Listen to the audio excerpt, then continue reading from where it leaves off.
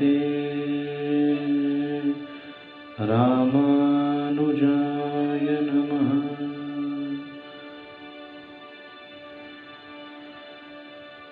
गुरुर्ब्रह्मा गुरुर्विष्णु गुरुदेवो महेश्वर गुरुर्साक्षात् परमब्रह्म तस्मै श्री गुरुवे नमः। वक्रतुंड महाकाय सूर्यकोटि समप्रभ निर्विघ्नं कुरु मे देव सर्वकार्येषु सर्वदा।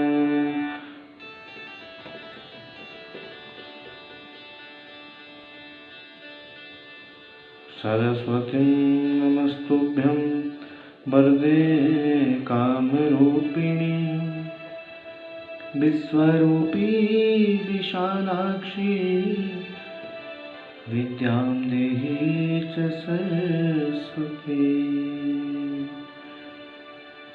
ध्येयं सदा परिभवग्नमभीष्टदोहम् तीर्थास्पदं शिवविरञ्चनुतं शरण्यं भृत्यार्तिहं प्रणतपाववाब्धिपूतं वन्दे महापुरुषं ते चरणारविन्दम्।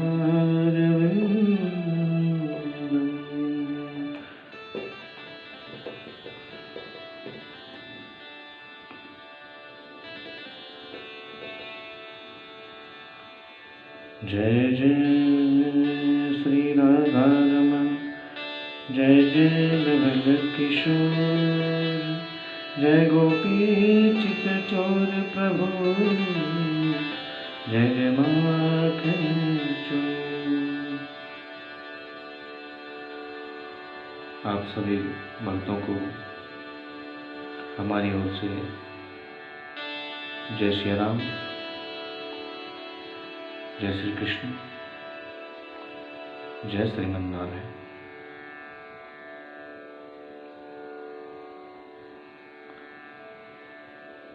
भक्ति भाव को लेकर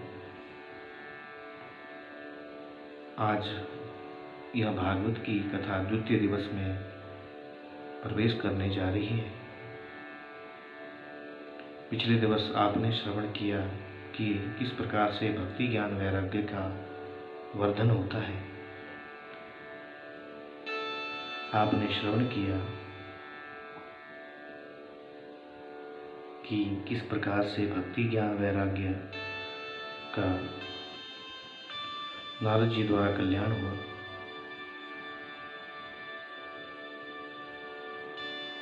भक्ति ज्ञान वैराग्य जवान होकर नृत्य करने लगे और कहने लगे, श्री कृष्ण गोविंद हरे मुरारी हे नाथ नारायण वासुदेवा। श्री कृष्ण गोविंद हरे मुरारी हे नाथ नारायण वासुदेवा। इस प्रकार का कीर्तन सुखदान नाम के हरिद्वार में आनंद नाम के वन में हुआ।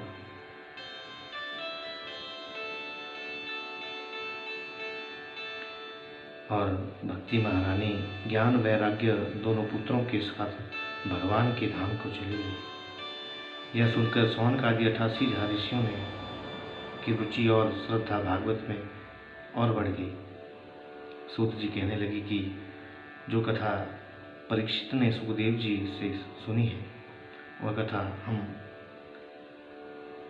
आपसे सुनना चाहते हैं। सूत जी ने कहा, सच्चिदानंद विश्वोत्पत्त्यादि हेतवे तापत्रय विनाशाय श्री कृष्णाय वयं नमः। कि जो सत्य है, प्रकाश स्वरूप है, आनंद का स्वरूप है, तीनों प्रकार के तापों अर्थात आध्यात्मिक, अधिदैविक, अधिभौतिक मिटाने वाला है। सृष्टि के सृजन करता, पालन करता और संहार करता है। उन श्री कृष्ण परमात्मा के चरणों में हम सब प्रणाम करते हैं। द्वितीय श्लोक में सूत जी परम भागवत श्री सुखदेव जी को प्रणाम कर रहे हैं, अपने गुरुदेव का ध्यान कर रहे हैं। यम प्रव्रजन्तमनुं पेतं पेतकृत्यं द्वैपायनो विरह कातराजुहाव पुत्रेति तन्मया तया सर्वोऽभिनेदु तं सर्वभूतहृदयं मुनिमान्तमस्मि।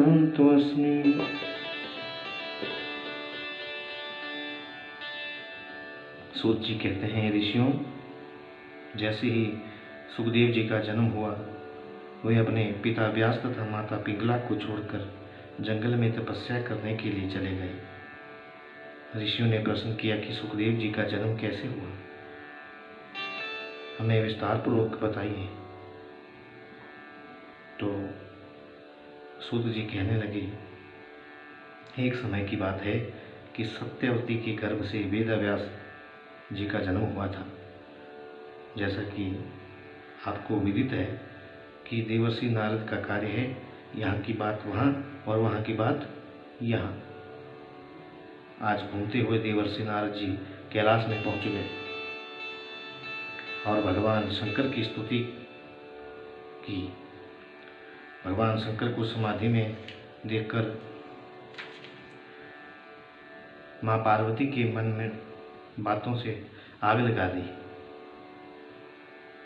नारद जी ने माता पार्वती को प्रणाम कर शंकर भगवान की ओर देखकर कहा कि माते, बाबा भोलेनाथ सदा समाधि में रहते हैं और गले में ये स्त्री मुंडों की माला पहने रहते हैं।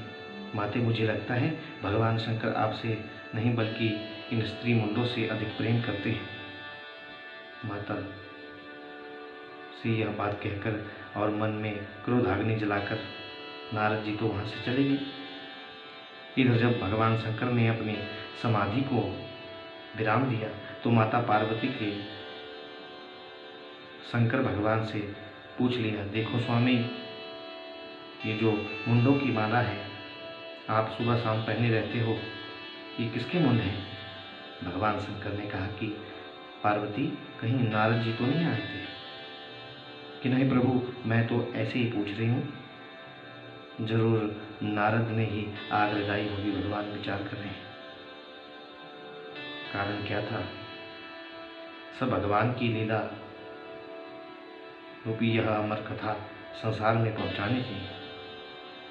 इधर वेदव्यास को भी पुत्र मोह उत्पन्न हुआ कि मैंने एक वेद के 4 भाग कर दिए, काश कोई मेरा पुत्र होता तो मैं उसे भी ये वेद पाठ पढ़ाता, जो आगे चलकर मेरी इस कथाओं को आगे बढ़ाता। वेद व्यास काष्ठ मंत्र कर रहे थे, तभी स्वर्ग से एक धृताची नाम की अप्सरा आई और उसे देखकर व्यास जी का तेज भाव स्खलित हो गया और इसी अरणि मंथन करने पर भगवान सुखदेव जी का जन्म हुआ। बोले सुखदेव भगवान की। सुखदेव जी को 2 जन्म की कथा आप श्रवण कर रहे हैं। भक्तों, ये जो आपने कथा श्रवण की है, ये कौशिकी संहिता के अंतर्गत बताई गई है। भागवत में इतना ही वर्णन है कि व्यास जी को पुत्र मोह उत्पन्न हुआ और उन्होंने एक वेद के 4 भाग कर दिए, लेकिन उन्हें संतोष नहीं हुआ कि वेदों में तो कर्मों को ही रचा गया है। धर्म, अर्थ, काम, मोक्ष, चतुर पुरुषार्थ ही बताया गया है, लेकिन ऐसा कोई साधन नहीं है जिससे नर को नारायण की प्राप्ति हो। यह सोचकर व्यास जी शोक करके बैठे। तभी वहां देवर्षि नारद जी का आगमन हुआ। व्यास जी को शोक में बैठे देख पूछ लिया, हे कृष्ण द्वैपायन जी, आप कुछ चिंता में हैं, क्या बात है? अरे हाँ देवर्षि नारद, अब आपके दर्शन हुए हैं तो मेरी चिंता अब दूर हो जाएगी।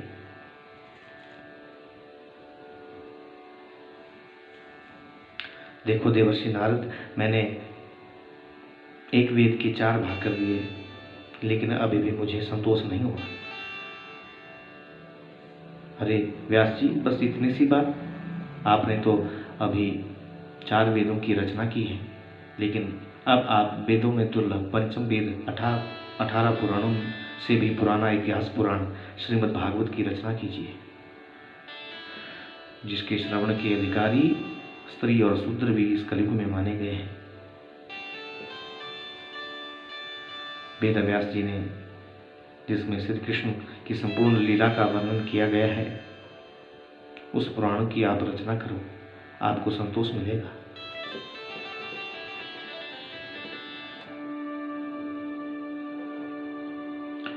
लेकिन वेद व्यास भगवान ने पूछ लिया कि नारद जी, आप स्वच्छंद घूमते हैं, जहां चाहे आप जाते हैं, कभी मृत्यु लोक में जाते हैं, पृथ्वी लोक में जाते हैं, विभिन्न लोकों में आप भ्रमण करते रहते हैं।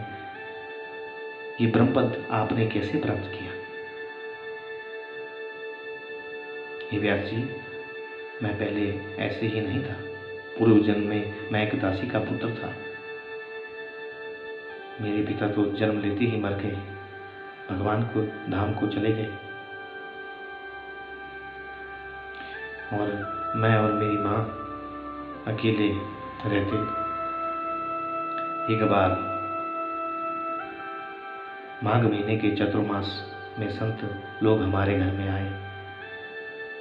मैं उन संतों ब्राह्मणों की सेवा करता, और वे आपस में जो सत्संग की इच्छा करते, जो बातें करते, वो मैं सुन लिया करता और हृदय में धारण करता रहता था, जिससे मेरे मन में भक्ति, ज्ञान, वैराग्य जागृत हो गया और मैं समझ गया कि संसार मिथ्या है, झूठ है, एक दिन इसे छोड़कर जाना है। कहते हैं कि जन्मे हुए की मृत्यु निश्चित है और मृत्यु हुए का जन्म भी निश्चित है, कि जातस्य ध्रुवर मृत्यु, मृत्यु जातस्य ध्रुवस्य च।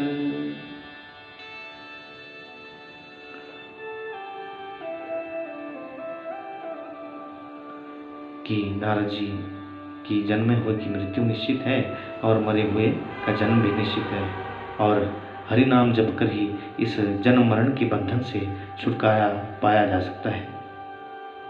नारायण जब अंत में जब पकड़ेंगे बाण, उनसे भी कह दीजियो हमें तो फुर्सत ना।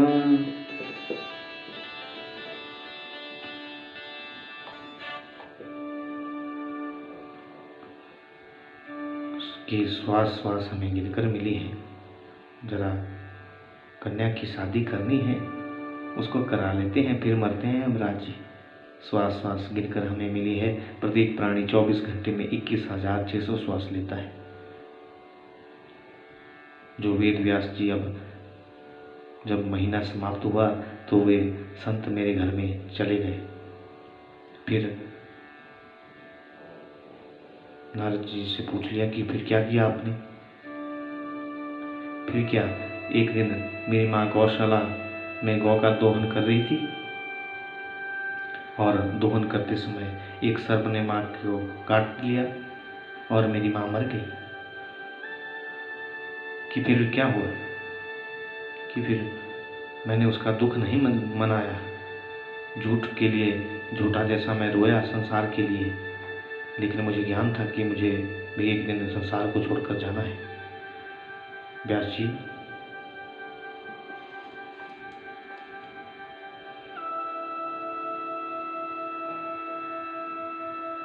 ईश्वर तो सत्य है,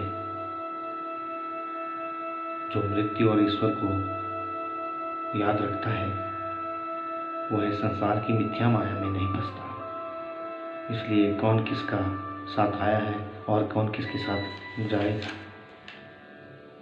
फिर मैंने गुफाओं और पर्वतों में जाकर आसन लगाकर प्राणायाम के द्वारा भगवान का ध्यान करके तपस्या शुरू कर दी। निरंतर मैं भगवान के भजन में मस्त रहता।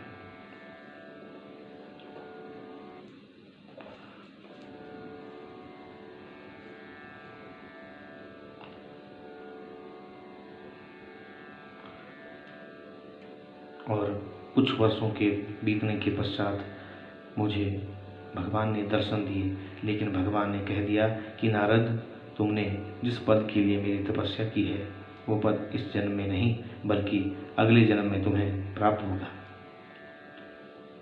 फिर एक ब्राह्मण के घर में मेरा जन्म हुआ और फिर जाकर मैंने परमात्मा से प्रीति लगाई और उस जन्म के बाद भगवान के हृदय से मेरा जन्म हुआ। मेरा नाम भगवान ने नारद रखा और मुझे वीणा प्रदान की, जिसके ऊपर मैं भगवान का चतुर्वर्ण का नाम नारायण नारायण कह के विभिन्न लोकों में भ्रमण करने लगा। नारद भगवान विष्णु का मन है और आज मैं अपनी इच्छा से सब लोकों में घूमता हूँ। इसलिए हे महाराज, आप भी भगवान का ध्यान करते हुए उस पंचम वेद की रचना कीजिए।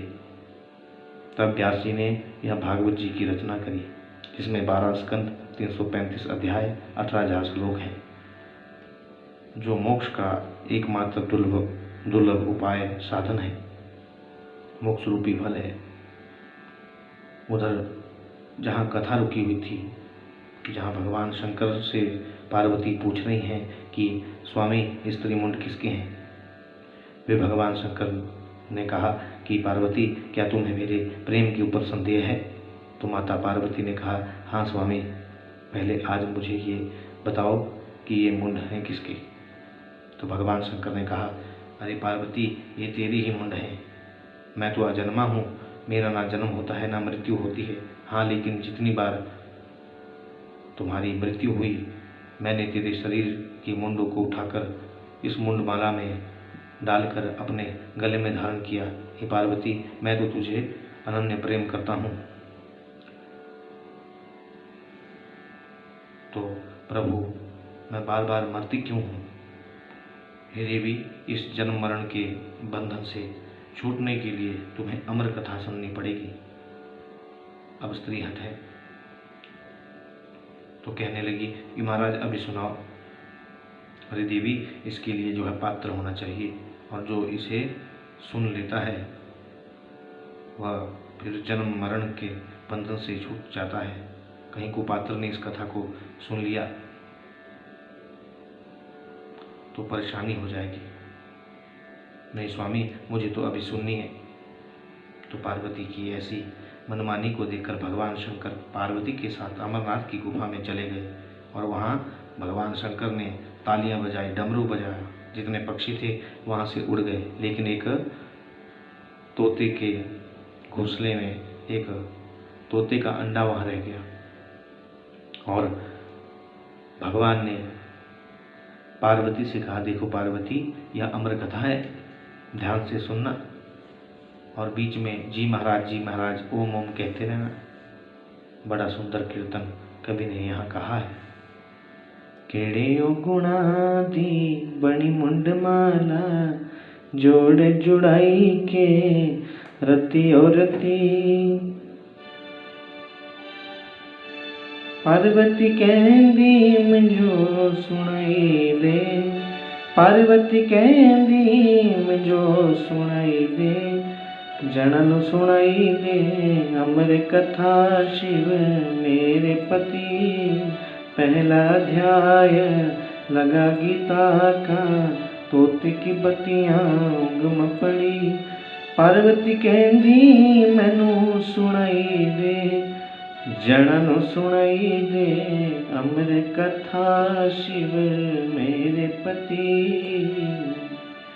बोले देव महादेव शंकर भगवान की। तो आगे कथा में पुनः प्रवेश करते हुए इधर माता पार्वती को जब नींद आ गई और घोंसले में पड़े हुए अंडे से तोते का शावक बाहर निकल कर अमर कथा को सुनने लगा और जी महाराज कहने लगा। जैसे ही भागवत के 12 स्कंद पूरे हुए और भगवान शंकर ने आंखें खोली और देखा कि पार्वती तो सो गई है, तो कथा किसने सुनी? जब भगवान शंकर ने तोते के बच्चे को देखा तो कुपात्र समझकर जो है भगवान ने अपना त्रिशूल पशुपात अस्त्र उसके पीछे छोड़ दिया। कथा के प्रभाव से वह तोता उड़ पड़ा और अपने पीछे भगवान शंकर के त्रिशूल को आता हुआ देखकर उसने एक सूक्ष्म रूप जैसा बनाया और व्यास पत्नी पिंगला या विटिका को जमाई आई और वही शुक्र तोता जो है व्यास जी की पत्नी के गर्भ में प्रवेश कर गया। भगवान शंकर के त्रिशूल को देखकर 12 वर्ष तक वह सुखदेव जी माँ के गर्भ में रहे। व्यास जी पुत्र मोह में कहने लगे कि हे विधाता, जितनी मुझे जल्दी थी उतना ही आप मुझे व्याकुल कर रहे हो। औरों की तो 9 महीने में संतान का जन्म हो जाता है, लेकिन मेरे यहाँ तो 12 वर्ष होने को आए। मेरा पुत्र कब जन्म लेगा? अगर लेगा तो भगवान शंकर का त्रिशूल मार देगा। सुखदेव जी भगवान के त्रिशूल के भय से बाहर नहीं आ रहे हैं। तब यह देखकर भगवान विष्णु की प्रेरणा से नारद जी भगवान शंकर के पास गए और कहा कि प्रभु, यह पात्र है, कुपात्र नहीं है। अरे प्रभु, इसकी यह कही हुई कथा संसार के कल्याणमय कानों को रस प्रदान करने वाली, भक्ति भाव को बढ़ाने वाली, पितरों का कल्याण करने वाली, अन्न धन इत्यादि को बढ़ाने वाली होगी। क्या सुखदेव जी द्वारा यह कथा रूपी प्रसाद सारे संसार में बंट रहा है। भगवान की कृपा से सुखदेव जी ऐसा फल लाए कि जब भी आप इसका रस स्वादन करेंगे यह आपको ताज़ा ही लगेगा। इसमें रस ही रस भरा है, ना कोई गुठली है ना छिलका। यह सुनकर जैसे ही भगवान शंकर ने यह त्रिशूल हटाया तो इस पृथ्वी पर सुखदेव महाराज जी का जन्म हुआ। बोले सुखदेव भगवान की। जैसे ही जन्म हुआ सुखदेव जी कथा के प्रभाव से नौजवान हो गए। सुखरूप प्रबोधज्ञ सर्वशास्त्र विशारद एतत् कथा प्रकाशेन मद्ज्ञानं विनाश्य। और जंगल की ओर तपस्या करने सुखदेव जी चल पड़े तो पीछे से व्यास जी ने, अरे बेटा रुक जा, 12 वर्ष तो मैंने तुम्हारा इंतजार किया, प्रतीक्षा की, और तुम संन्यास लेने जंगल में जा रहे हो। अरे पहले विवाह तो कर लेते, पुत्र उत्पन्न कर लेते, फिर तुम संन्यास ले सकते हो। शाम के समय कुछ देवियाँ स्नान कर रही थी। जब सुखदेव जी वहाँ से निकले तो उन्होंने कोई लज्जा नहीं की, लेकिन जैसे ही व्यास जी वहाँ से जाने लगे तभी वस्त्रों को लेकर वह छटपटाने लगी। तो वेद व्यास जी ने पूछा कि हे देवियों, जब मेरा पुत्र सुखदेव नौजवान अवस्था में आपके सामने गया तो आपने कोई लज्जा नहीं की, लेकिन जब मैं आपकी पिता दादा की उम्र होकर भी आपके सामने आया तो आप छटपटाने लगे, इसका क्या कारण है? व्यास जी, ये जो स्त्री पुरुष का भेद जो है, जो आपके हृदय में है, वो आपके पुत्र सुखदेव के हृदय में नहीं है। आपका पुत्र तो सुखदेव आत्मज्ञानी है, वो तो जानता ही नहीं कि स्त्री क्या होती है, कि पुरुष क्या होता है।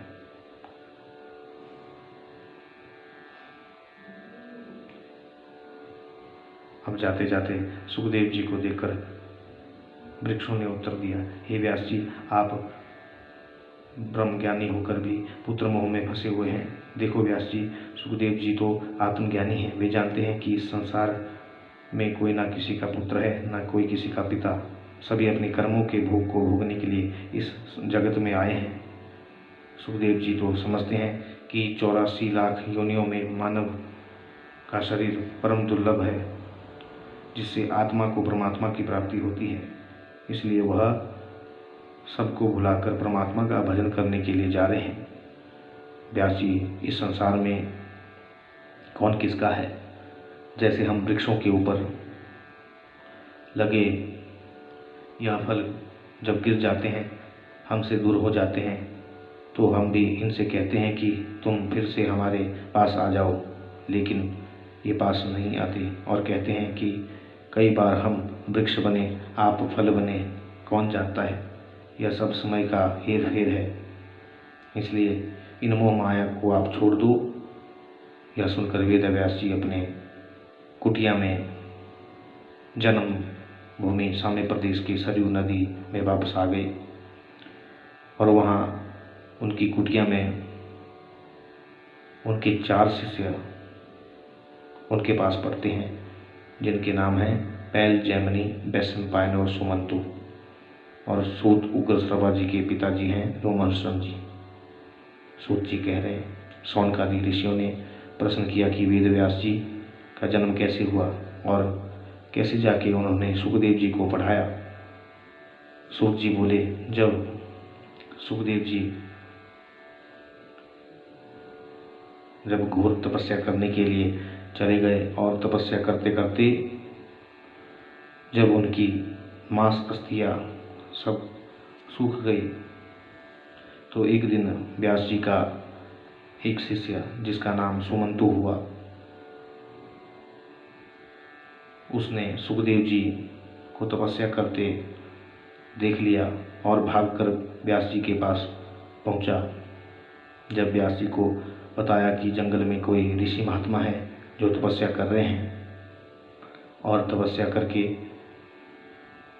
इनकी अस्थियां ही रही है, लेकिन प्राणवायु चली हुई है। वेद व्यास जी त्रिकालयज्ञ हैं। उन्होंने अपनी आंखें बंद करके ध्यान किया और उन्हें पता लग गया कि ये कोई और नहीं, मेरा ही पुत्र सुखदेव है। और उस सुमंतु के पास 4 पद का एक श्लोक लिखकर दिया और कहा कि ऐसा करना कि उस महात्मा की समाधि के पास इस श्लोक के 3 पद ही कहना, और महात्मा की समाधि जब टूट जाए तो दौड़कर जो है मेरे आश्रम में चले आना। जैसे ही सुमंतु वहाँ गया और कहता है, अहो बकीयम स्तनकालकूटम जिघांसयापा यद्यप्यसाध्वी लेबे गतिम धातृचितां ततुन्यम कं वा दयालु शरणं व्रजेम। अभरकम नाशिनी शोणित पायनी दुष्ट राक्षसी पूतना को भी जो स्तनों का विष लगाकर लेप लगाकर भगवान को मारने के लिए आई थी, उसे भी भगवान ने अपनी माता यशोदा की तरह गति प्रदान की। इससे बढ़कर कौन उनसा दयालु हो सकता है? बस सुमंतु ने ये 3 पद कहे। सुखदेव जी की समाधि के पास जैसे ही पढ़े तो पहली पंक्ति पढ़ने पर जो है शरीर में मांस इत्यादि लग गया। दूसरी पंक्ति पढ़ते ही उसमें रक्त संचार होने लगा। तीसरी पंक्ति पढ़ते ही सुखदेव जी की समाधि टूट गई और आंखें खुल गई। जैसे ही सुखदेव जी की समाधि टूटी तो आगे आगे सुमंतु भाग रहा है, पीछे से सुखदेव जी भाग रहे हैं और कह रहे हैं, अरे भाई रुक जाओ, तुमने केवल आधा ही श्लोक पढ़ा है, मैं इसे पूरा सुनना चाहता हूँ। ऐसे बाहर व्यास जी बैठते थे और पीछे शिष्यों का कक्ष हुआ करता था। भागते भागते सुमंतु तो व्यास जी को प्रणाम करके अपने कक्ष में चला गया, लेकिन सुखदेव जी को व्यास जी ने रोक लिया और पूछा कि अरे भाई कहाँ जा रहे हो?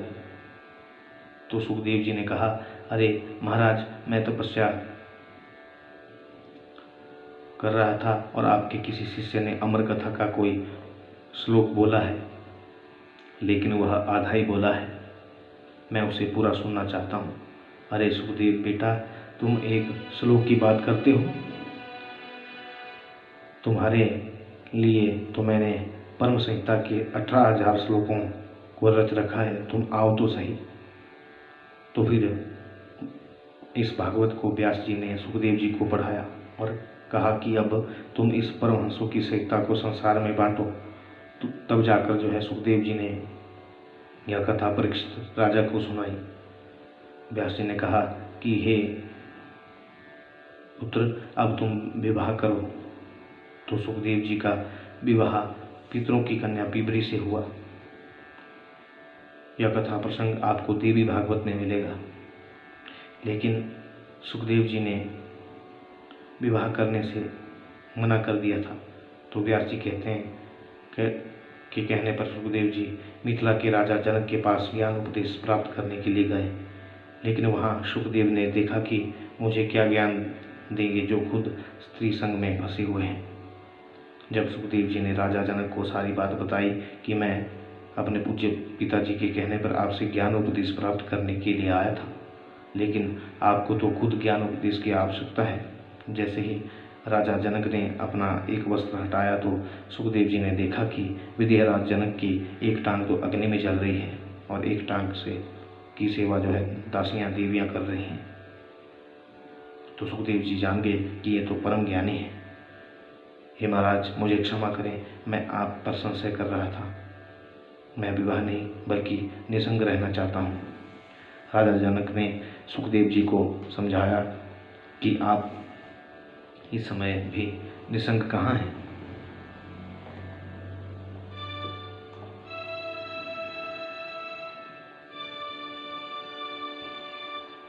कहाँ हैं आप निसंग? क्योंकि उसकी परछाई उसके संग चल रही है, इसलिए गृहस्थ धर्म सर्वश्रेष्ठ है। मानव जीवन में 3 ऋण हैं, देव ऋण, ऋषि ऋण और पितृ ऋण। जब इन 3 ऋणों से मुक्ति हो जाए तब जाकर जो है व्यक्ति को संन्यास आश्रम ग्रहण करना चाहिए।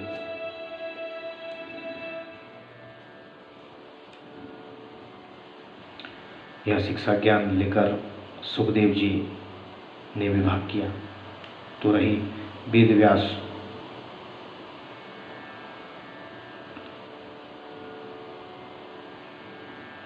जी की बात, तो व्यास जी का जन्म कैसे हुआ? बोलते हैं कि सर्वप्रथम उस परमात्मा ने एक ही वेद को रचा था। इसकी श्लोक संख्या बताना बहुत ही कठिन कार्य है, वाणी का विषय नहीं है, जिसे मनुष्य अपने पूरे जीवन लगाकर भी नहीं पढ़ सकता था। न इतनी बुद्धि थी, न इतनी आयु थी। तो ईश्वर की इच्छा थी कि एक वेद के 4 भाग कर दिए जाएं, तो व्यास जी का जन्म होना जरूरी था। तो बोलते हैं कि एक समय की बात है कि एक मछुआरे की कन्या थी जिसका नाम सत्यवती था। धीवर नाम का ये मछुआरा था। शौनकादि ऋषियों ने प्रश्न किया कि महाराज, ये मछुआरा कहाँ से आ गया और सत्यवती इसकी कन्या कैसे हुई? सूत जी ने कहा कि पूर्व समय में इस पृथ्वी पर उपचर नाम के एक राजा थे जो चेदीभेष नाम की राजधानी के राजा हुए। एक समय तपस्या में बैठे थे तो उन्हें पता चला कि मेरी पत्नी ऋतु धर्म में आई है। एक स्वर्ग की अप्सरा जब महात्मा ब्राह्मण तपस्या कर रहे थे तो उनसे क्या किया कि सरयू नदी में मछली की तरह डुबकी लगाकर उस ब्राह्मण की टांग को पकड़ लिया। वह अप्सरा हास्य परिहास कर रही थी, लेकिन जैसे ही ब्राह्मण महात्मा की समाधि टूटी तो उन्होंने उसे श्राप दिया कि जा तूने मछली की भांति हरकत की है, तू मछली बन जा। तो उस अप्सरा ने कहा कि महाराज, मेरा उद्धार कैसे होगा? तो ब्राह्मण देवता ने कहा कि तेरे पेट से एक वेद के 4 भाग करने वाले वेद व्यास जी का जन्म होगा और एक पुत्र और एक पुत्री भी तेरे गर्भ से उत्पन्न होगी। एक पुत्र राजा का सुख भोगेगा और जो पुत्री होगी उसका नाम मत्स्योत्री होगा, जो महाकाली भी कहलाएगी। तो इधर वह मछली बनी थी, तो उधर राजा उपजर को पता चला कि मेरी पत्नी को ऋतु धर्म आया है। तो उनका तेज भाव संकलित होने पर उस तेज को उन्होंने एक डोने में डाला और डोने को बांधकर नदी में फेंक दिया। अब एक गिद्ध पक्षी ने उस डोने को उठाया, आकाश में उड़कर जा रहा था, तो दूसरे गिद्ध पक्षी ने सोचा कि इसने कोई मांस का टुकड़ा अपनी चोंच में डाला होगा। तो दोनों पक्षियों में आपस में जो है तुंड युद्ध होने लगा। चोंच चोंच से आपस में वे लड़ने लगे। जैसे ही गिद्ध पक्षी के चोंच से वह डूना गिर गया, नदी में पड़कर वह मछली राजा उपचर की उस तीर को निकल गई और गर्भवती हो गई। देखते ही देखते वह मछली एक दिन मछुआरे के जाल में, देवर नाम के मछुआरे के जाल में फंस गई और वह मछुआरा उस मछली को घर में लेकर गया। जैसे ही उसने मछली के पेट को फाड़ा तो एक कन्या जिसका नाम मंदसोदरी महाकाली कहलाई और एक पुत्र हुआ जो चेदी भेष राज्य की प्रजा का पालन करने वाला राजा के दूत जो है उसको ले गए। जब राजा को पता चला कि मेरा पुत्र हुआ है तो राजा के दूत उसे ले गए उपचर राजा के, और उस मछुआरे ने राजा से प्रार्थना की कि हे राजन, मेरी भी कोई संतान नहीं है, आप इस कन्या को मुझे दे दो। राजा उपचर जानते थे कि मेरा तेज भाव से ही इस बालक और कन्या का जन्म हुआ है। राजा कन्या को छोड़कर वहां से चले गए और उस सत्यवती मंदसोदरी का लालन पालन करने लगे। फिर उस सत्यवती का लालन पालन उस मछुआरे ने ही किया। जैसे शुक्ल पक्ष में चंद्रमा बढ़ता है, वैसे ही वह कन्या दिन प्रतिदिन बढ़ने लगी, तरुणाई को प्राप्त होने लगी। बढ़ते बढ़ते वह 20 वर्ष की हो गई। एक समय की बात है कि महर्षि पराशर ने सरयू नदी से पार जाना था, तो वह मछुआरा मछलियां तो पकड़ता था लेकिन साथ में ही नाव को चलाने का कार्य भी करता था। तो पराशर ऋषि ने कहा कि मुझे इस किनारे से उस किनारे तक जाना है, क्या ले चलोगे? तो मछुआरे ने कहा कि ऋषिवर, मैं थोड़ा व्यस्त हूँ, आप जो है मेरी नाव को चलाने के लिए मेरी इस कन्या को ले जाइए। उस मछली की दुर्गंध वाली कन्या को भेज दिया, सत्यवती को भेज दिया कि तुम जाओ, मैं ऋषि पराशर हैं, इनको ये नदी पार करा दो। वे दोनों नाव के ऊपर बैठे। जैसे ही नाव को चलने लगी, परमात्मा की प्रेरणा से आज पराशर ऋषि भी जो है काम वासना जागृत हो गए और उस मत्स्य गंध्या का हाथ पकड़ लिया। वे बेचारी छटपटाने लगी कि महाराज, आप तो ब्रह्म ऋषि हैं और मेरा शरीर तो इतना दुर्गंध वाला है। पराशर ऋषि ने कहा कि पता नहीं देवी ईश्वर की क्या माया है, वे चाहते हैं इसमें देवी मेरा कोई मन नहीं है, सब ईश्वर की प्रेरणा से ही होता है, हो रहा है। अरे महाराज, मैं तो कन्या हूँ, मेरा तो कन्यापन धर्म नष्ट हो जाएगा, ये संसार ग्लानि करेगा। तो पराशर ऋषि ने कोहरा धुंध फैला दिया और उसके साथ विहार किया। बाद में वह कन्या रोने लगी कि मेरा कन्यापन धर्म। तभी ऋषि पराशर ने कहा कि नहीं देवी, तुम्हारा कन्यापन धर्म दूषित नहीं होगा। जब पराशर ऋषि ने उस कन्या का स्पर्श किया था तो उसकी मछली वाली दुर्गंध दूर हो गई और उससे जो है कस्तूरी के समान जो है सुगंध आने लगी। और उसने पराशर ऋषि को दूसरे किनारे पर उतारा और जंगल में जाकर अपने पेट को फाड़ा, तो उसके गर्भ से कृष्णद्वैपायन वेद व्यास जी का जन्म हुआ। व्यास जी ने माता सत्यवती से कहा कि माँ, तुम मुझे यहाँ पर अकेले छोड़कर जल्दी ही चले जाओ, वरना तुम्हारा कन्यापन धर्म दूषित हो जाएगा, लोग बातें करेंगे। अब वह सत्यवती मछुआरे के घर में ही रह रही थी और व्यास जी अपनी ही कुटिया में रहकर वेद का अध्ययन में लग गए। पूर्व समय की बात है भक्तों, हस्तिनापुर के राजा थे महाभीष। उन्होंने 100 अश्वमेध यज्ञ किए थे और यज्ञ के प्रताप से उन्हें स्वर्ग की यात्रा का सौभाग्य मिल गया। आज राजा महाभीष स्वर्ग में घूम रहे थे कि देवताओं की सभा में चले गए और उस सभा में जाकर बैठ गए। और उस सभा में सभी देवता, गंधर्व, नाग, ब्रह्मा, विष्णु, महेश सब उपस्थित हैं। और वहाँ गंगा भी उपस्थित थी। फिर वहाँ स्वर्ग में थोड़ी सी हवा चली और गंगा का वस्त्र उड़ गया और समस्त देवताओं ने अपनी अपनी नज़रों को नीचे किया, लेकिन राजा महाभीष ने अपनी दृष्टि को नीचे नहीं किया, बल्कि वे गंगा को देखते रहे और गंगा भी उन्हें देखती रही।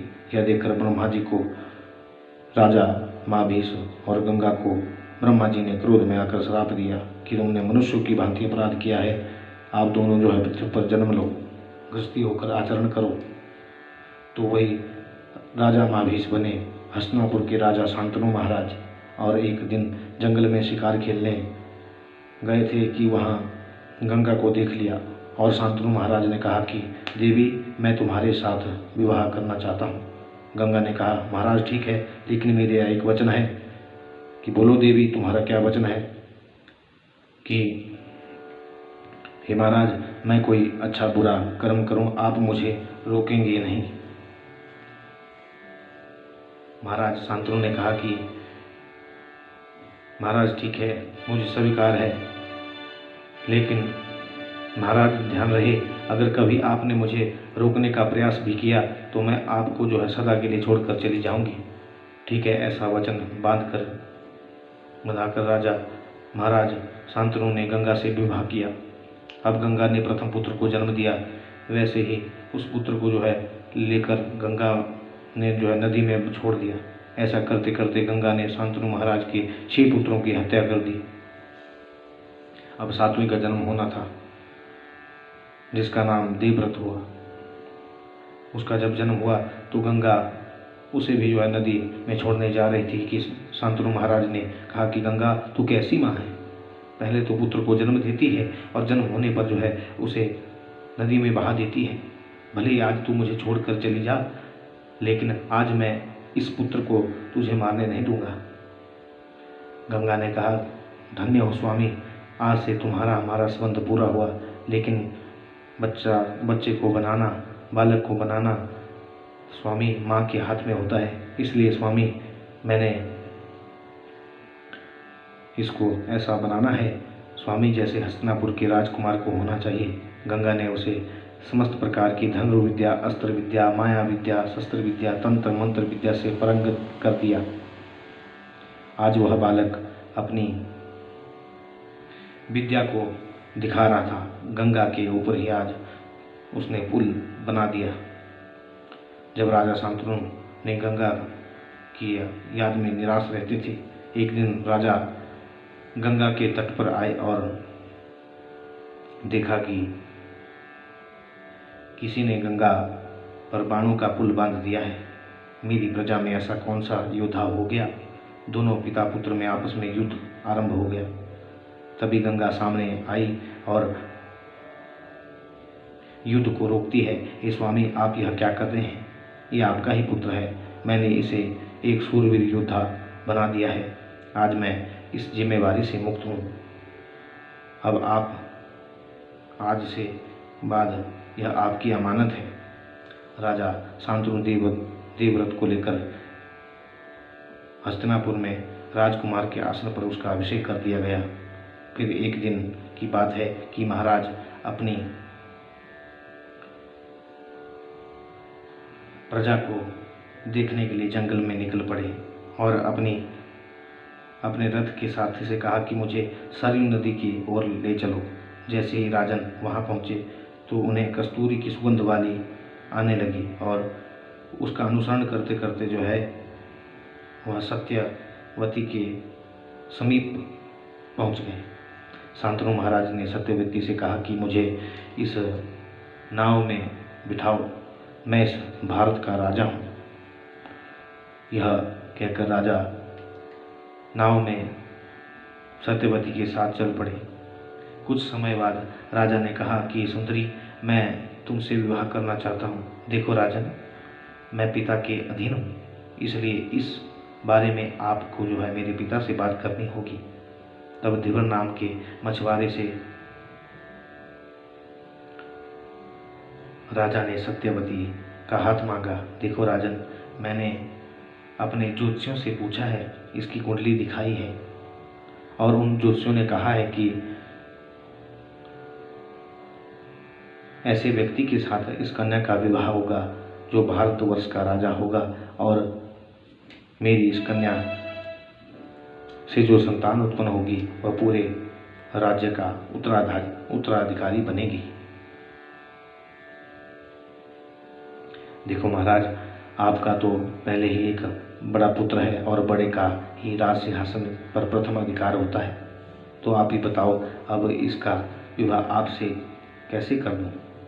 ऐसी बात सुनकर राजा को बड़ा शोक हुआ और अपने महल को चले गए। प्रतिदिन आते सत्यवती से नदी के घाट पर बैठकर बातें करते और शाम होने पर जो है महल में चले जाते। करते करते जब 5-7 दिन हो गए तो राजकुमार देवव्रत ने रथ के सारथी से अकेले में पूछा कि पिताजी प्रतिदिन कहाँ जाते हैं और दुखी होकर लौटते हैं। सारथी ने जब सारी बात देवव्रत को बताई तो देवव्रत उस धीवर नाम के मछुआरे के पास जाकर कहा कि मैं सूर्य चंद्रमा पंच महाभूतों को साक्षी मानकर यह प्रतिज्ञा करता हूँ कि मैं जीवन भर ब्रह्मचर्य का पालन करूँगा और जब तक मेरे शरीर के अंदर रक्त की एक भी बूंद रहेगी तब तक मैं हस्तिनापुर का सेनापति बनकर राजा की आज्ञा का पालन करूँगा। और इतनी बड़ी भीष्म प्रतिज्ञा करने पर उनका नाम जो है भीष्म पितामह पड़ गया। जब अपनी माँ सत्यवती को लेकर राजभवन में आए तो महाराजा शांतनु ने देखा कि ये तो मेरी प्रेमिका सत्यवती है, इसके पिता ने तो मना कर रखा था। पूछा कि पुत्र तूने कोई प्रतिज्ञा तो नहीं की। भीष्म पितामह ने कहा कि हाँ पिताजी, मैंने आजीवन भर ब्रह्मचर्य रहने की प्रतिज्ञा की है।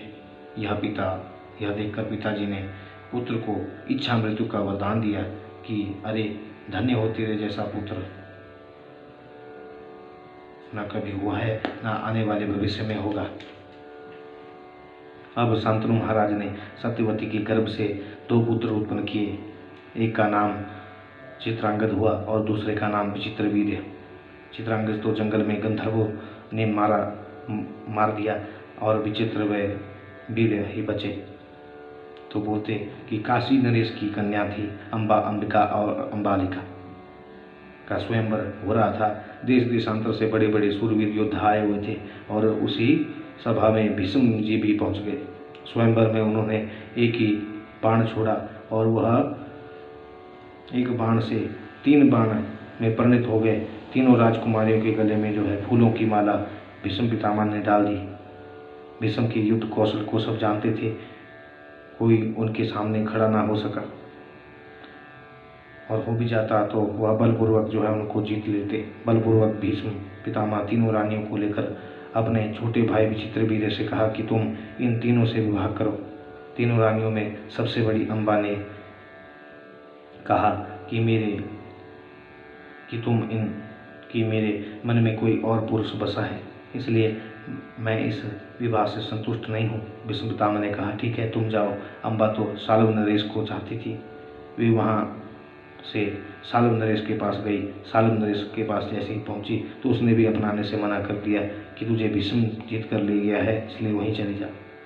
विचार करने लगी कि अब कहाँ जाऊं, तो अपने भी घर गई, लेकिन वहाँ से भी वापस भेज दी गई कि तेरा घर तो अब ससुराल ही है। भीष्म के पास जब पहुंची और बोली कि भीष्म जी मैं कहाँ जाऊँ। जब मैं साल्व नरेश के पास गई तो उसने कहा कि तुम्हें भीष्म जीत कर ले गया है, और जब मैं मायके गई तो पिता और संबंधियों ने कहा कि हमने तेरा विवाह कर दिया है। अब आप बताइए कि मैं कहाँ जाऊँ।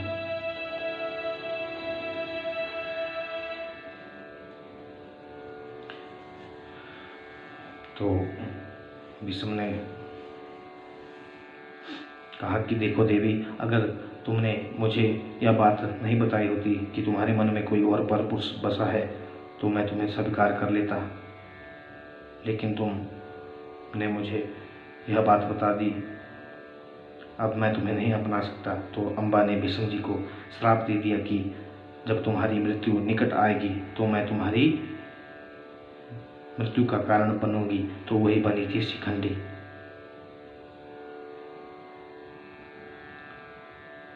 यह कहकर वह वहाँ से चली गई। अब हस्तिनापुर में रह गए 2 रानियाँ, एक अंबिका और दूसरी अंबालिका। तो राजा विचित्रवीर्य ने 9 वर्ष तक दोनों रानियों के साथ पुत्र उत्पन्न करने की क्रिया की, लेकिन कुछ भी नहीं लाभ न हुआ और उससे उन्हें राजक्षय नाम का एक रोग हुआ और उनकी मृत्यु हो गई। तो उस सत्यवती ने अपने पुत्र व्यास को बुलाया और कहा कि हे पुत्र, इन दोनों रानियों से जो है पुत्र उत्पन्न करो, अन्यथा सारा भारतवर्ष ग्लानि करेगा कि राजवंश समाप्त हो गया। लेकिन व्यास जी ने कहा, माता, इस समय मेरी तपस्या का प्रभाव जो है बहुत ही उग्र है। यह समय इस कार्य के लिए ठीक नहीं है। नहीं पुत्र, ये कार्य तो अभी करना होगा, वरना भविष्य में बड़ी ग्लानि होगी कि राजा विचित्रवीर्य तो मर गए थे, उनके यह पुत्र कैसे हुए, इसलिए इस कार्य को अभी करो। तो अब जब रानी अंबिका व्यास जी के सामने आई तो उसने उस समय अपनी आंखें बंद कर दी और व्यास जी ने कहा कि माँ, इसका पुत्र जो है अंधा होगा। अरे अंधे कैसे राज्य करेगा? तो ऐसा करो, छोटी रानी से ही एक पुत्र उत्पन्न कर दो। जैसे ही छोटी रानी अंबालिका व्यास जी के सामने आई, उसने पहले ही पीला चंदन लगा लिया था और व्यास जी के प्रभाव को देखकर वह पीली हो गई। और व्यास जी ने कहा कि माँ, इसके गर्भ से पांडु रोग वाला पुत्र जन्म लेगा। तब माता सत्यवती ने कहा कि एक अंधा और दूसरा पीले रोग वाला ये कैसे राज्य करेगा, इसलिए तुम एक पुत्र और उत्पन्न करो, अंबिका के गर्भ से पुत्र उत्पन्न करो। बड़ी रानी तो व्यास जी के प्रभाव को जानती थी, इसलिए उसने अपनी जगह अपनी दासी को भेज दिया और दासी के विहार करने पर व्यास जी ने उसे गर्भवती कर दिया और दासी के गर्भ से धर्म अवतार विदुर जी महाराज का अवतार हुआ। बोले विदुर महाराज की जय। तो इस तरह हस्तिनापुर को छोड़कर व्यास जी ने अपने सामने प्रदेश में चले गए और वहाँ कृपाचार्य और द्रोणाचार्य से धृतराष्ट्र, पांडु महाराज और विदुर जी से दीक्षा प्राप्त की। जब ये तीनों बड़े हुए तो धृतराष्ट्र का विवाह गांधार नरेश की कन्या गंधारी से हुआ। जब गंधारी को यह पता चला कि मेरे स्वामी जन्म अंध है, तो उसने भी प्रतिज्ञा कर ली कि मैं भी संसार को नहीं देखूंगी। उसने अपनी आंखों में पट्टी बांध ली। गांधारी जैसे नारी न भूतो न भविष्यति, ना हुई है न भविष्य में होगी। और पांडु महाराज का विवाह राजा भोज की कन्या कुंती से हुआ।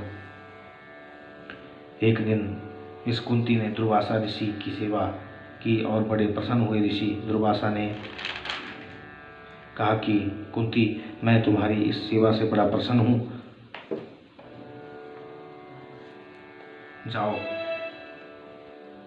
मैं तुम्हें वरदान देता हूँ कि तुम जिस भी देवता का ध्यान करके किसी भी देवता को बुलाओगी, तुम्हारे सामने उस देवता को आना ही पड़ेगा। तो ऐसा वर देकर दुर्वासा ऋषि अपने आश्रम को चले गए। एक दिन उस कुंती को अपने गुरु के दिए हुए वरदान के ऊपर शंका हो गई और उसने वर की परीक्षा के लिए सूर्य भगवान को बुलाया। सूर्य का जब आवाहन किया, बस यह एक मंत्र पढ़ा कि आकृष्ण रसा वर्तमान्यो। इस मंत्र का जब घोष किया तो सूर्य भगवान आ गए और कुंती से बोले कि देवी, मुझे क्यों याद किया? नहीं नहीं सूर्य नारायण जी, मैं तो अपने गुरु मंत्र की परीक्षा कर रही थी। नहीं देवी, अब तुमने हमारा आवाहन किया है, अब बिना वर दिए हम यहाँ से नहीं जा सकते। अगर चले जाते हैं तो देवी हमें देवता कौन कहेगा? देने वाले को ही देवता कहते हैं। अब तुम्हें वरदान तो लेना ही होगा। सूर्य जी कहते हैं, अब मैं तुम्हें वरदान देता हूँ कि तुम्हारे गर्भ से एक मेरा ही अंश अवतार जन्म लेगा। उसके कानों में कुंडल और साथ में एक कवच होगा। जब तक ये कवच कुंडल उसके साथ रहेंगे, साक्षात परमात्मा भी उसे नहीं मार सकेंगे। भविष्य में कर्ण नाम से जिसकी ख्याति होगी। यह वर देकर सूर्य भगवान अंतर्ध्यान हो गए और कुंती ने कन्यापन धर्म में ही उस बालक को जन्म दे दिया और एक पिटारी में बंद करके गंगा के जल में छोड़ दिया।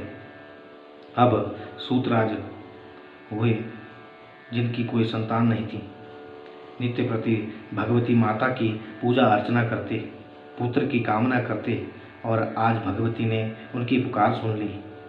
जब सूतराज नदी में जल लाने के लिए गए तो वह पिटारी मिल गई, और जब पिटारी को मंदिर में खोला तो बालक को देखकर माँ से कहने लगे, हे माँ, आज तुमने मेरी पुकार सुन ली। मेरी पत्नी को सब लोग बांझ कहते थे, अब तूने हमारी झोली भर दी। तो इसकी पत्नी का नाम था राधा, तो उन दोनों ने उस बालक का नाम रख दिया राधे, और आगे उसका नामकरण भी हुआ। तो पांडु महाराज का विवाह हो गया कुंती के साथ।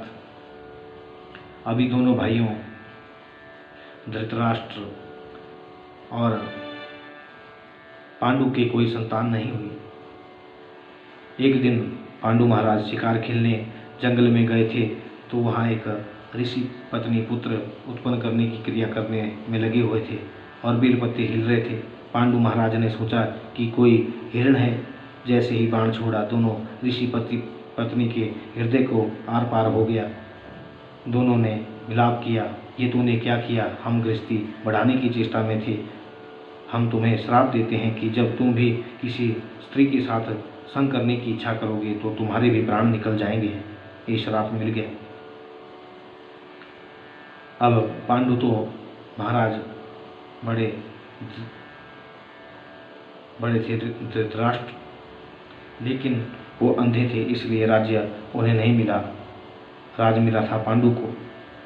पांडु अपने राजभवन में पहुँचे और अपना मुकुट उतार कर धृतराष्ट्र के सिर पर रख दिया और कहने लगे कि मुझे ऋषि हत्या का दोष लगा है, इसलिए मैं प्रायश्चित करने जा रहा हूँ।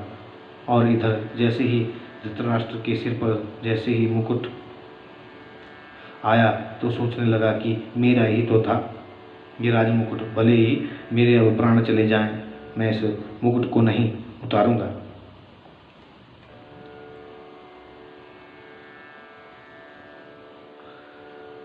राजमुकुट।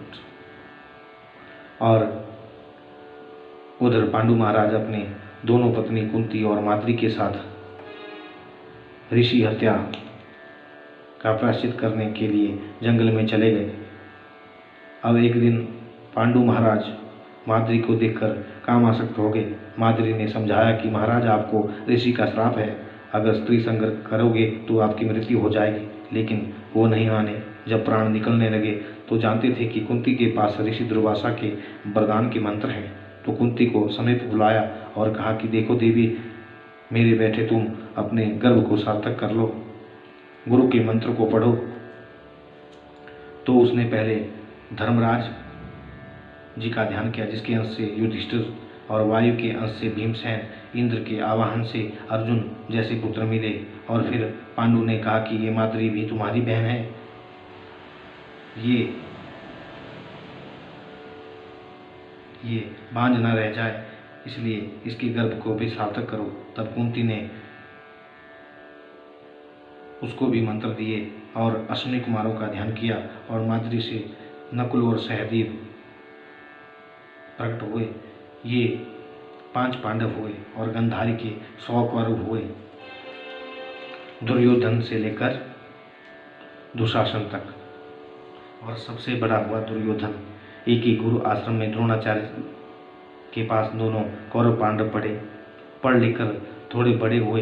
तो दुर्योधन का मामा शकुनी कहता है कि भांजे, ये सारा राज्य तेरा है, लेकिन ये पांडव तेरा राज्य छीनना चाहते हैं।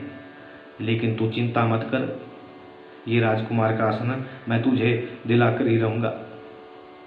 जब कौरव पांडव पढ़ लिख कर आ गए तो भीष्म पितामह, द्रोणाचार्य, कृपाचार्य, सारी प्रजा यह चाहती थी कि राजकुमार का आसन के ऊपर धर्मराज युधिष्ठिर को मिले। उनका अभिषेक तो किया गया, लेकिन उन्हें खांडवप्रस्थ का राज्य दिया गया। तब मामा शकुनी ने दुर्योधन से कहा कि कोई बात नहीं भांजे, तुम इसे कुछ दिनों के लिए खांडवप्रस्थ का राजकुमार बनने दो। मेरे दिमाग में पांडवों को मारने की योजना है। और आज शकुनि ने पांडवों को मारने के लिए लाख भवन का निर्माण करवाया और पांचों पांडव माता कुंती को लेकर उस लाख भवन में चले गए। और जिस लाख भवन के निर्माण करने वाले 5 पुरुष थे, एक स्त्री थी।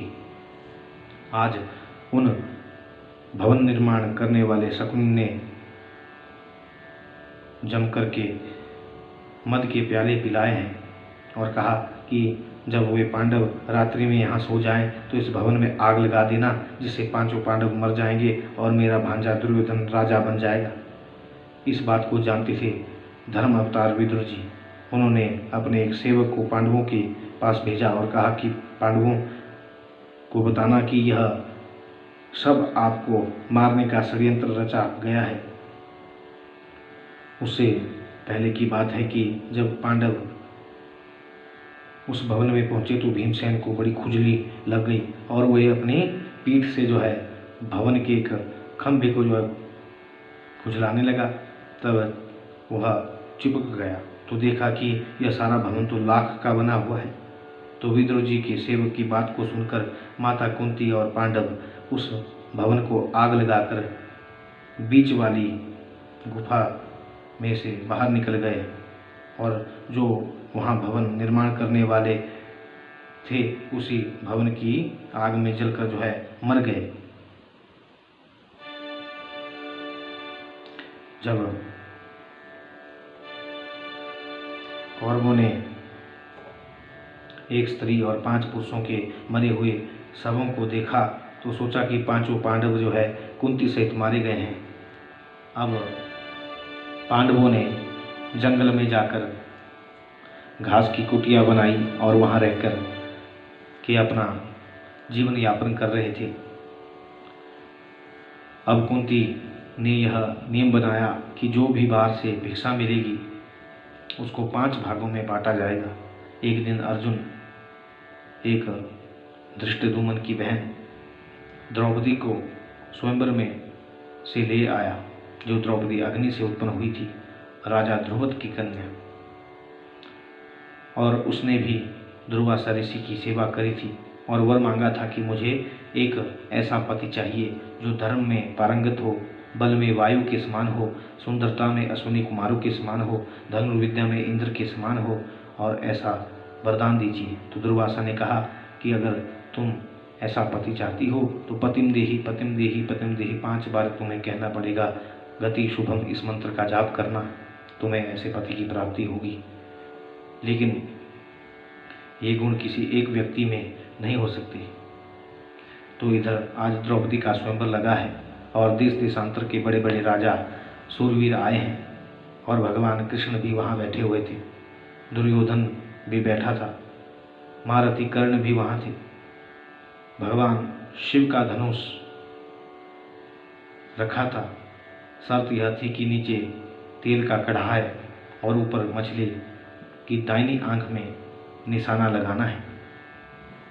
द्रौपदी उसके गले में वरमाला डालेगी, जो आंख में निशाना लगाएगा। सबने अपना अपना बल पौरुष दिखाया, लेकिन कोई भी उस यज्ञ को सार्थक न कर सका। अंत में जब कर्ण आने लगा तो द्रौपदी ने रोक दिया। अरे तू कहाँ जाता है, तू तो सूत पुत्र है, यह क्षत्रियों का स्वयंवर है। यह सुनकर लज्जित होकर कर्ण को वहाँ से जाना पड़ा और सूर्य भगवान की तपस्या की। और सूर्य भगवान ने और परशुराम से अस्त्र इत्यादि विद्याओं को सीखकर कर्ण ने बताया कि तेरे पिता तो मैं हूँ। सूर्य भगवान ने कहा कि तेरा पिता तो मैं हूँ, लेकिन मैं यह नहीं बता सकता कि तेरी माता कौन है, ये तुझे स्वयं ज्ञात करना होगा। कर्ण ने अस्त्र विद्या, माया विद्या, शस्त्र विद्या सब विद्याओं को प्राप्त किया, परशुराम जी से शिक्षा दीक्षा प्राप्त की और फिर उसके बाद उन्होंने दिग्विजय करी और वे बन गए राजकुमार कर्ण और दुर्योधन से मित्रता कर ली। उधर जब उस यज्ञ को कोई भी सार्थक न कर सका तो बाद में अर्जुन ने कहा कि क्या ब्राह्मणों को भी इसमें प्रयास करने की आज्ञा है। तो सभी ने कहा कि हाँ महाराज, ब्राह्मण क्या क्षत्रिय क्या, सब अर्जुन को ब्राह्मण वेश में देखकर हंसने लगे कि यहाँ तो बड़े बड़े क्षत्रिय भी इस यज्ञ को पूरा नहीं कर पाए, तो ये ब्राह्मण क्या करेगा। अर्जुन ने किसी भी की तरफ नहीं देखा, अपने माँ और गुरु चरणों का ध्यान करके प्रणाम किया, नीचे तेल की कढ़ा में मछली को देखा और सीधा बाण ऊपर की ओर जैसे ही छोड़ा, मछली की दाहिनी आंख में लगा। द्रौपदी ने वरमाला अर्जुन के गले में डाल दी और यहाँ पर भगवान कृष्ण ने और दुर्योधन ने देख लिया कि अर्जुन के अलावा इस यज्ञ को कोई पूरा नहीं कर सकता। ये ब्राह्मण नहीं अर्जुन है, क्योंकि इसके हाथ में तो बाण चलाने के निशान पड़े हुए हैं। अब जब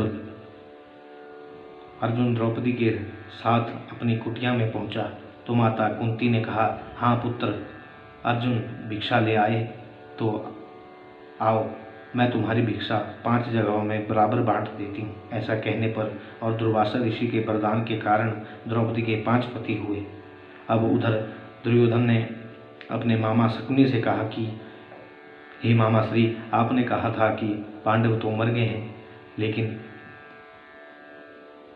वो अर्जुन तो द्रौपदी के स्वयंवर में आया हुआ था। यह सुनकर दुर्योधन ने शकुनी के कहने पर पांडवों को बुलाया और झूठ मूठ का मिलन करके उन्हें खांडवप्रस्थ दे दिया।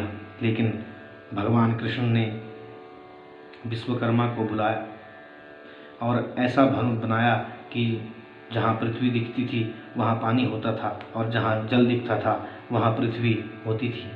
ऐसा विचित्र भवन बना दिया और इस भवन की बात फैलते फैलते हस्तिनापुर के महल में भी पहुंच गई। दुर्योधन के किसी सेवक ने कहा कि महाराज, पांडवों का एक ऐसा भवन खांडवप्रस्थ में है जिसका हम वाणी से वर्णन नहीं कर सकते। तो यह सुनकर दुर्योधन भी उस खांडवप्रस्थ में आ पहुंचा। जैसे भवन में गया, जहां उसे पानी दिखा तो अपनी धोती उठाकर जाने लगा, लेकिन पता लगा कि यहाँ तो पानी है ही नहीं, लेकिन मैं तो भीगा ही नहीं। ऊपर से द्रौपदी देख रही थी और जहाँ पृथ्वी थी वहाँ पानी था। जैसे ही दुर्योधन ने वहाँ अपना पांव रखा तो पानी में गिर पड़ा और द्रौपदी ऊपर से हंस पड़ी और बोली, देखो सखियों, अंधे का पुत्र अंधा। बस फिर सारे क्रोध में आकर दुर्योधन ने प्रतिज्ञा करते हुए कहा कि अगर मैंने भरी सभा के अंदर तुझे अपनी जंघा के ऊपर नहीं बिठाया तो मेरा नाम दुर्योधन नहीं। बस सारे महाभारत का यह कारण बन गया।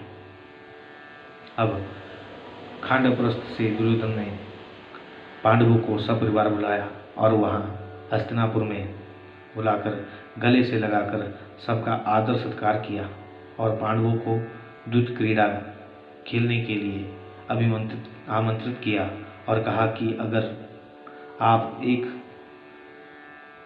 दाव जीत जाते हैं तो आधा राज्य आपका होगा।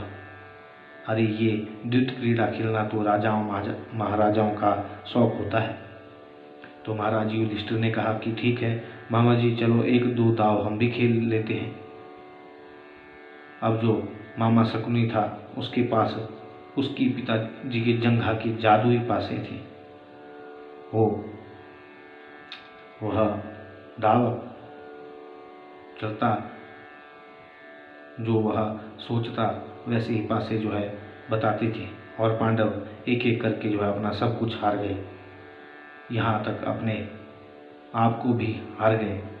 अब धर्मराज युधिष्ठिर ने कहा कि मामा जी, अब हम अपना राजपाट यहाँ तक अपने आप को भी हार गए हैं, अब दुर्योधन के दास बन गए हैं, अब हमारे पास दाव में लगाने के लिए कुछ भी नहीं है। तो दुर्योधन ने कहा, क्यों, आपके पास वह मृगनयनी द्रौपदी नहीं? मैं उसको अपनी जंघा के ऊपर बिठाऊंगा, हो ना हो आप सारा राज्य जीत जाएं, उसको दाव पर लगाओ। भीमसेन खड़ा हो गया और दुष्ट, अरे दुष्ट, भाभी माँ समान होती है, अगर मैंने तेरे उर्दंड ना तोड़ दिए तो मेरा नाम भीमसेन नहीं, ये प्रतिज्ञा करता हूँ। ऐसी प्रतिज्ञा भीमसेन ने कर ली। तो दुर्योधन ने कहा,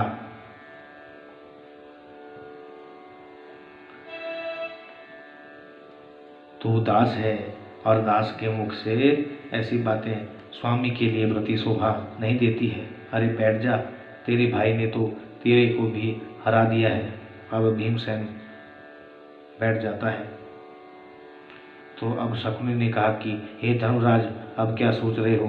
क्या पता तुम एक ही दाव में सब कुछ जीत जाओ। तो लगा दो द्रौपदी को दाव में। और पांडवों ने लगा दिया द्रौपदी की दाव में, और वे द्रौपदी को भी हार गए। दुर्योधन कहता है दुशासन कि जाओ दुशासन, उस द्रौपदी जैसी भी दशा में है उसे घसीटते हुए यहाँ ले आओ। तो बोलते द्रौपदी अब स्नान करके अपने केस बना रही थी कि दुशासन कक्ष में पहुंचकर भाभी को द्रौपदी कहने लगा। द्रौपदी ने कहा कि क्या आज तुझे मेरे पतियों का भय नहीं रहा? आज मेरा नाम ले रहा है, अरे वो सीधी तरह से चलती है कि बालों से घसीट कर पकड़ कर ले जाऊं।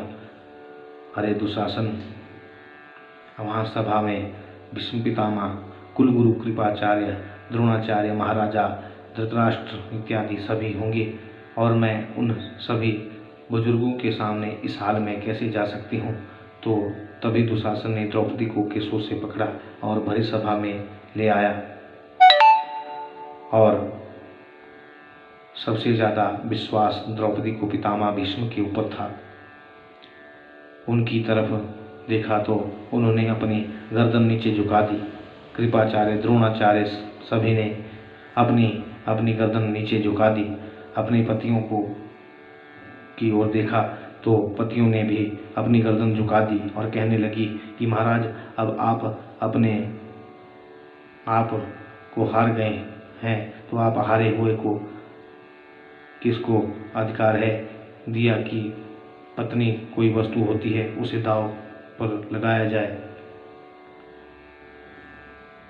और ये ऊंचे आसन में बैठे आंखों से अंधे हैं, लेकिन कानों से तो सब सुन सकते हैं। और दुर्योधन कह रहा है कि दुशासन, इस द्रौपदी की साड़ी उतारो। मानो वहाँ तो सबको सर्प सूंघ गया। कोई द्रौपदी की बात नहीं सुन रहा है, कोई भी अभयदान देने के लिए खड़ा नहीं हुआ। द्रौपदी को श्राप देने के लिए जब तैयार हुई तो गांधारी ने रोक लिया। अब दुशासन साड़ी खींचने लगा, कभी साड़ी को हाथों से पकड़ती तो कभी दांतों के तले दबाती, लेकिन दुशासन के पास 36,000 हाथियों के बराबर बल था।